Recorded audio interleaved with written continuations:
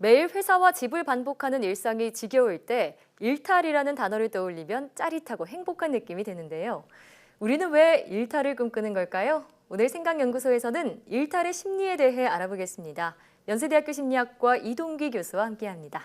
어서 오세요. 네, 안녕하세요. 네, 자, 나 오늘 일탈할 거야 이렇게 말만 하는 것만으로도 정말 기분이 들뜨기 마련입니다. 네. 자, 이처럼 우리는 왜 일탈을 꿈꾸게 되는 걸까요? 이게 사실 뭐 처음에는 좋은 물건을 사도 처음엔 좋지만 점점 더 그냥 좀 심드렁해지잖아요. 예. 뭐 어떤 분들은 대학교만 들어가면 또 이 직장에 들어가면 모든 게 다 좋아질 것 같지만 네.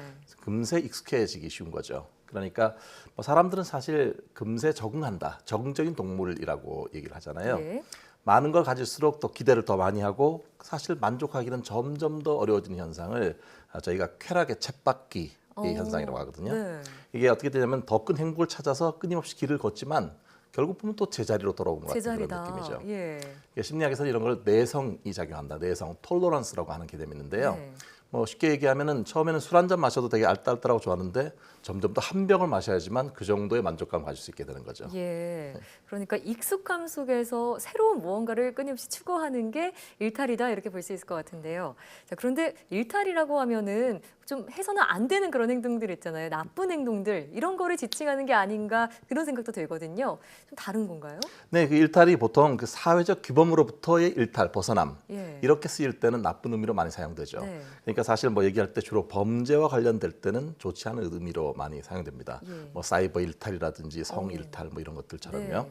근데 사실 일상 여행의 즐거움, 일탈 여행의 즐거움 이렇게 말할 때는 그 일탈은 앞서 말한 그런 그 규범으로부터 일탈은 아니잖아요. 예. 뭔가 일상 탈출, 뭔가 답답하고 지루한 일상으로부터 벗어난다. 네. 그런 뜻을 담고 있습니다. 오, 일탈이 일상 탈출의 줄임말이 될 수 있다. 그렇죠. 네, 네. 좀 인상적인 표현인데 좀 긍정적인 의미로 받아들여지네요. 그렇죠. 네, 이거는 뭐 뭔가 피곤하고 지치고 힘들 때 뭔가 하나 새로운 돌파구라든지 예. 뭔가 신선한 그런 새로운 경험 이런 예. 뜻을 갖고 있는 거죠. 사실 이제 그 저 심리학자 칼 융이 말할 때는 우리는 늘 보상을 추구한다. 그러니까 너무 지루하고 이런 게 있으면 뭔가 그 반대급부로 뭔가 있어야 될 것 같은 그런 느낌. 그러다 보니까 이제 신선한 걸 찾게 되는데 일탈 행동이 좋은 거냐 나쁜 거냐 이렇게 판단할 때는 그게 두 가지로 생각해 볼 수 있을 것 같아요. 이게 재충전에 활용이 되느냐 아니면 어떤 범죄와 관련되느냐 이게 네. 한 가지 측면이고요. 또 하나는 일탈을 했을 때 그 정도가 너무 심각한 것이냐 아니냐 네. 이렇게도 판단할 수 있겠습니다. 아, 기준이 있군요. 자, 그런데 요새 현대인들은 퇴근한 다음에 또 새로운 일상을 시작하는 분들도 계시더라고요. 독서 모임에 가거나 취미로 미술을 배우거나 이런 분들 참 많던데요. 이런 것도 좀 긍정적인 의미의 일탈이라고 볼 수 있을 것 같아요. 그렇죠. 이제 워라벨이 예. 많이 강조되면서 최근엔 그런 단어가 생겼더라고요. 퇴근 후에 다시 학생이 된다. 그래서 합쳐서 퇴튜던트. 퇴튜던트요. 예, 퇴근과 스튜던트를 합친 네. 어려운 말이죠. 발음이 발음하기 어려운데요. 어렵네요. 사실 이걸 일탈로 볼 수 있느냐는 좀 애매하긴 한데 그냥 제 생각에는 어떤 의미에서 긍정적 일탈주의자들이다 이렇게 볼 수 있을 것 같아요. 네. 현재 삶에만 너무 안주하는 게 아니라 앞으로 새로운 삶이나 직업을 꿈꾸는 그런 모습이라고 할 수 있는데요. 최근에는 문화센터라든지 원데이 클래스 뭐 이런 거를 듣는 그런 직장인들이 많이 생겼다고 하네요. 예. 저는 주부라든지 아동이 주로 많이 왔다면 지금 직장인들이 주로 많이 참여를 하는데요. 네. 이런 2030의 이런 경향을 가진 직장인들을 가르쳐가지고 문화센터의 줄임말인 문센족 문센족이다. 예, 그렇게 얘기를 합니다. 네. 뭐 최근에는 뭐 드로잉이라든지 뭔가 새로운 이색적인 스포츠라든지 댄스라든지 다양한 강좌가 열린다고 해요. 네. 자, 이렇게 일탈을 통해서 재충전을 하게 되는 건 정말 도움이 되는 일이라는 생각이 들거든요. 자, 여기서 더 나아가서 일탈을 통해서 자기 삶 자체를 바꾸는 경우도 있다고요. 네, 주로 이제 영화라든지 소설이라든지 이런 데 나타나는데요. 예. 그 예가 되는 한 영화가 뭐냐면 꾸페시의 행복여행이라는 네. 소설 이름도 있었고 영화도 있었죠.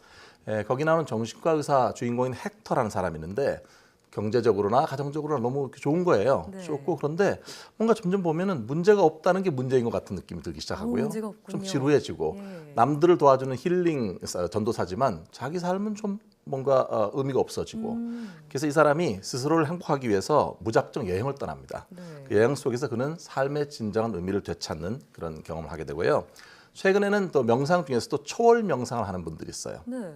이건 뭐냐면 완전한 내면적 어떤 평정 상태에 도달하기 위해서 상식적인 의식 상태 같은 걸 좀 초월해서 명상을 하는 거거든요. 예. 그래서 뭔가 삶의 본질을 좀 찾아보자 이런 노력들을 하고 있습니다. 네. 아, 이렇게 꽃별 씨가 여행 떠나는 모습을 보니까 저도 훌쩍 떠나고 싶어지는데 자, 그런데 이렇게 꼭 일상을 떠나거나 앞서 말씀하신 그런 초월 명상 같은 거를 통해서만이 좀 그런 행복감을 느낄 수 있는 건지 사실 우리가 사는 이런 일상 속에서 좀 소소한 일탈을 즐기면서 행복감을 느끼게 된다면 그것도 좀 의미가 있을 것 같거든요. 네, 어떻게 사실 보시나요? 네, 저 긍정 심리학자 중에 한 사람인 예. 소니아 루보모스키라는 사람이 있는데 이 사람은 캘리포니아 리버사이드 교수거든요. 이 사람이 소소한 일탈을 해라. 그러면 행복해진다. 이렇게 얘기했어요. 예. 어떤 거냐면 늘 같은 길로만 다니지 말고 전혀 가보지 않은 다른 길로 다녀보기도 하고 네. 또 늘 먹던 음식 말고 한 번도 먹어보지 못한 그런 새로운 음식을 접해보고 또 지금까지 들어보지 않은 새로운 장르의 음악이라든지 네. 또는 뭐 늘 매일 지나치기만 했던 어떤 가게에 우연히 들어가 본다든지 이렇게 어떤 조금만 변화를 줘도 우리 삶이 좀 더 훨씬 새롭고 흥미롭게 변할 수 있다 이렇게 얘기를 했는데요. 예. 또 때로는 좀 상상이라든지 이런 거는 좀 튀고 좀 때로 엉뚱한 상상 같은 걸 해보는 것도 우리 삶을 좀 더 생생하고 신선하게 만드는 그런 요인이 될 수 있다 이렇게 얘기를 했습니다. 네. 아, 저 같은 길치는 일단 매일 같은 길로만 다니고 다른 쪽에서 좀 일탈을 꿈꿔야 그래도 될 것 노력해 같아요. 보셔야죠. 네. 그럴까요? 네. 네, 알겠습니다. 자, 그러면 건강하게 일탈을 즐길 수 있는 방법들이 있다면 좀 소개해 주세요. 제 생각에 각자 이제 우리 공간이 필요하잖아요. 네. 그러니까 오롯이 자기 자신만 위한 그 시간과 공간 그런 것들이 필요할 것 같고요. 네. 일상생활에서 좀 편안하게 자기가 있을 수 있는 그런 시간, 공간이 중요하겠죠. 예. 그리고 이제 자주 여행을 못 가지만 1년에 한두 번 정도는 뭐 여행을 가는 것도 괜찮은 것 같아요. 예. 좀 더 자기 부담이 안 되는 범위 내에서 좀 더 안전한 그런 여행을 다니는 게 좋은데요. 네. 특히 그 여행이 뭔가 재충전이 될 수 있도록 그리고 그 자연 속에서 뭔가 해변가라든지 산행을 한다든지 너무 좋겠네요. 예, 자연과의 교감 이런 게 네. 있으면 훨씬 더 좋을 것 같습니다. 또 친구랑도 같이 여행 다녀도 좋을 것 같은데요. 혼자 가도 좋고 친구랑 같이 가도 좋고 따로 네. 또 같이 다 가능하겠죠. 네. 또한 이제 일상생활에서 아까 얘기 들은 것처럼 소소한 변화를 줘보는 것도 좋은 것 같아요. 예. 그러니까 뭐 늘 가던 지하철 말고 다른 노선을 타본다든지 또는 오래 연락하지 않은 친구들한테 전화를 돌려가지고 안부를 묻는다든지 네. 또는 가끔은 머리 색깔 같은 걸 바꾸는 것도 행복감을 줄 수 있다고 하네요. 그런 얘기 했어요. 우연히 발견한 행복. 그러니까 늘 똑같은 게 아니라 뭔가 일상을 변화를 줘보라는 그런 얘기가 있죠. 네. 그다음 마지막으로는 이제 감사일기를 써보는 것도 좋은 것 같아요. 늘 그냥 일상적인 얘기인 것 같지만 가만히 돌아보면 그 속에서 정말 고마운 그런 일들 되게 많이 있잖아요. 네. 나한테 잘해준 사람들에 대해서 감사한 생각을 하루에 한 3가지라도 자기 전에 적어보는 게 좋은데 이걸 강박적으로 너무 이렇게 의무적으로 쓰는 거 말고 자발적으로 이거를 해보는 것이 도움이 된다고 합니다. 네. 자, 이렇게 교수님께서 말씀해 주신 대로 좀 건강한 일탈, 소소한 일탈을 즐기기 위해 저도 오늘부터 좀 노력을 해봐야겠습니다.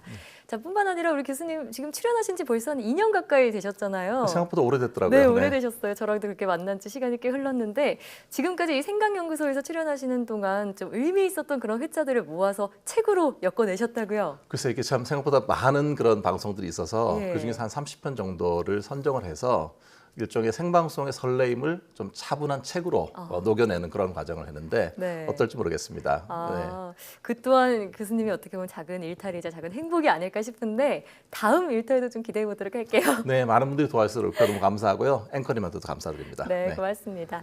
자, 지금까지 생각연구소 연세대학교 심리학과 이동기 교수와 함께했습니다. 오늘 말씀 고맙습니다.